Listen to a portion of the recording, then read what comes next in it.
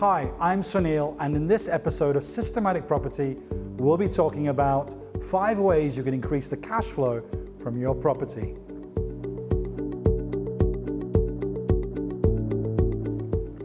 Number 1 is furnishing your property. Now, usually around the world, furnished property will rent for more money than unfurnished property because there's been additional expense of furnishing that property. Now, a lot of investors that I see make the mistake of clubbing that furnishing cost with their investment cost and then saying, you know what, it doesn't really make much of a difference, I'm not going to furnish my property. Whereas what I'd like you to do is separate those two costs. You have the purchase cost of the property and then the furnishing cost. If we look at the furnishing cost individually, we usually see it has a much higher ROI than the investment cost, and therefore it makes it worthwhile.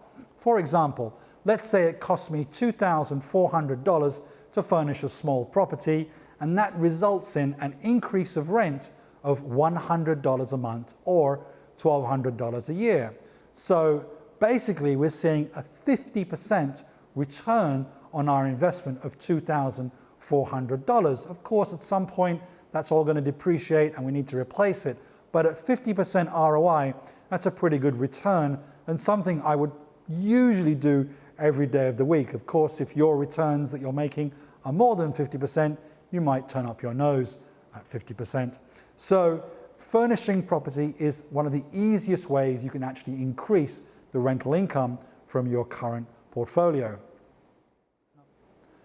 Number 2 is changing your model. Now, most people get stuck in the way that they're renting their property. They might be renting it to a single family when they could be renting it maybe to multiple families or multiple people renting their property, or corporate lets, or renting it to a business. There could be many different ways, and you could substantially increase the potential rental income. For example, corporate lets, where you're furnishing your property to a very high standard, are usually much more money, or you make a lot more money than if you would renting that same property to a single family. So just thinking about, hey, what am I doing here? Maybe researching the market and looking at what other people are doing and the other rental incomes achievable, and then you can actually go and change your letting model. Now, of course, in some properties, you can't do that. That's another reason why I hate apartments and I love buying houses or villas or independent, independent houses is what you call them. So because you have more control over how you can actually rent the property. So just keep that in mind as well when you're investing. Am I able to change how I rent this property later on if I need to? Number 3 is to split by days. Now, if you think about a property, you can actually rent that over a month-to-month period. But by splitting up the time you rent the property, maybe you could rent on a daily basis rather than a monthly basis, or a weekly basis rather than a monthly basis. You can usually increase your rental income. Now, in all of these situations, there might be increased cost, there might be increased management, but again, going back to our furnishing example, provided you get a substantial ROI, it makes sense to do so. Another way of actually increasing your rental income is to split by volume, or maybe even splitting by volume and days. Splitting by volume is all about changing how you rent your property. So rather than renting the whole place to one person, you can rent out the parts to different people. Now, a typical example of that is a hotel. You know, people don't rent the whole building, they rent one room, or a serviced office where people rent short-term spaces in a big office because they don't want to sign a contract for a long term and they just want flexibility of moving in and out. And so therefore, they're willing to pay a higher price for that. So one of the common ways that you can do that with residential property is to maybe sublet the rooms or rent the rooms individually in a house, whether that's to students or even to professional people.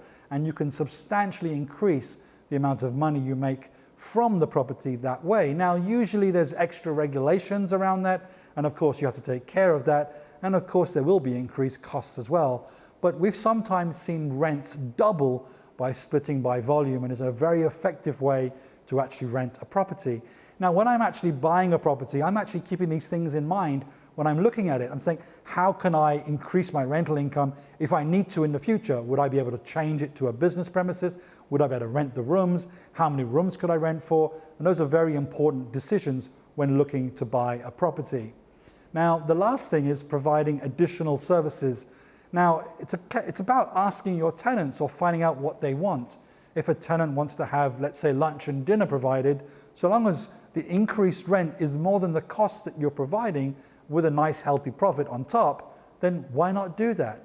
In fact, I see it as a mistake a lot of landlords around the world make by not offering these additional services, because if a tenant is very happy to pay for initial service, then they're very happy to stay for a long time, and that means less work for you as a landlord and better gains. Now, success in investing is all about holding property long term, and increasing your cash flow means you have lower risk. So I hope you've enjoyed that. Those are 5 ways you can increase cash flow from your property.